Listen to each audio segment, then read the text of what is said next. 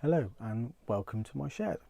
I'm James Sylvester from JPS Reliability Limited. We're a specialist condition monitoring and reliability support company based in the United Kingdom. I'm also a trainer for the Reliability Training Institute RMS, and what I'm going to go over today is a case study in our newly published book, The Book of Gold. This is not our first book. Our first book was called Enhancing System Reliability through Vibration Technology. That book itself was where we took the theory of vibration analysis and how to analyse and do data, put into layman's terms, and we had some case studies. That was quite successful. It's gone all over the globe, but the biggest feedback we had from it was how people really loved the case studies and appreciated seeing real life data and real life stripped down reports. So that was the driver behind this book. So this book, as I said, is JPS Reliabilities Limited, a book of gold, practical condition monitoring case studies. It's got, I think, 118 case studies-ish, mainly vibration analysis with some grease inspections, oil analysis, and some thermal imaging. So it's the same sort of format as our first book, but underneath the dust cover, because it's hardback, is the Book of Gold itself. So we're very proud of this book that we think is really going to help people understand vibration analysis more and really help them progress. And what is really good is that Reliability Training Institute RMS are just as passionate about as we are. So if you sit their VCAT 2 course, the public course, you'll actually get the Book of Gold as part of your material for free. So you get pre-study material, and also you get to keep it and as it is a great reference book. We do feel it's going to be suitable for everyone from starting out to experienced to actually to reliability engineers when they need to investigate some failures, because it's all got obviously the VA data and the stripped down reports. With training, we do feel that you need a combination of certificated and practical theory training. I myself is from the practical background, where I work myself up into training. So you need to understand the basics of why you're doing what you're doing and how it can go wrong. And going on the course with RMS, where it has a body of knowledge set up in sections of like signal processing, data analysis, really helps you understand how things work. And when you understand how things work, it makes understanding it practically when you're doing it so much easier. So we really think that practical and some structured independent courses will really help you progress. So as I said, this book is actually the only one currently in existence. We have 20 copies which are currently in printing now. Those are the ones we're going to send out over the globe to specific people as part of our promotion.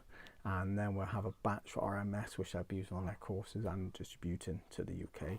But if you want to touch and see this one, this book is actually going to Andrew Cook from CTC. He's going to be at the main tech show at the NAC in Birmingham, stand D28 from the 8th and 9th of June. So if you want to go and have a chat with Andrew, he may let you have a look at his copy of the book, which is the first ever printed book. Also, Andrew's going to have 2 copies of Enhancing System Reliability through Vibration Technology. One will be there for you to flick through and have a look at, but also have a signed main tech specific copy. So I think if you register at a stand, you get put into a draw and you can win that.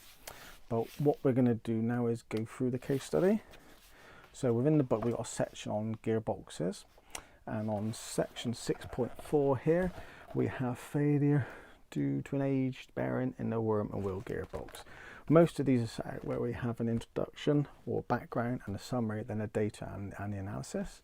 So on this particular ROM, it was 3 months after it was overhauled after a Christmas shut that we detected a sharp increase in vibration, monitored a bit closer, and we pulled and inspected it. I'll go over the summary after, but initially, this is what we saw. So here we have the acceleration trend, so you can see the historical normal trend, then 3 months after it is overhauled and installed, shot up and then right up. And at the bottom there, we also have the peak view trend. So again, fluctuating a little bit. First stage after maintenance, and it shot up. And this here is a velocity spectrum, and in the velocity spectrum we have a lovely BPFI. As we know, when you see the bearing defects in velocity, you're going to have a major defect. So we saw in velocity and we said, look, enough's enough, let's control and pull it out, which we did. This is a strip down report. So I say all these chapters we have analysis and failure reports. So this is the bearing here where we've got some false Spinelling, which we detected BPFI, error erase, and also we have some more images there as well. So that's how the book's laid out. So we have the vibration data and what happened. But on most of those case studies, we actually have the bearings as well. So this is that bearing from that case study. So this will be on the worm shaft going across either end, so like thrust bearings. And here you can see there, see that? Perfectly spaced at the roller pitch. Huge, huge force Spinelling and fatigue. There we go. Now, when we inspected this, we stripped the bearing down and the bearing was stamped up Skefco. And I thought, Skefco, so I did a bit of research, went for the usual lines to check on fake bearings, and it turns out Skefco was a name of Skef in the 70s before it changed its name to Skef. So why would someone fake a bearing from the 70s? And this was a few years ago we had this defect. Why would they do that? So we tracked down the bill of materials, and it turns out this was done on a shut on the holidays.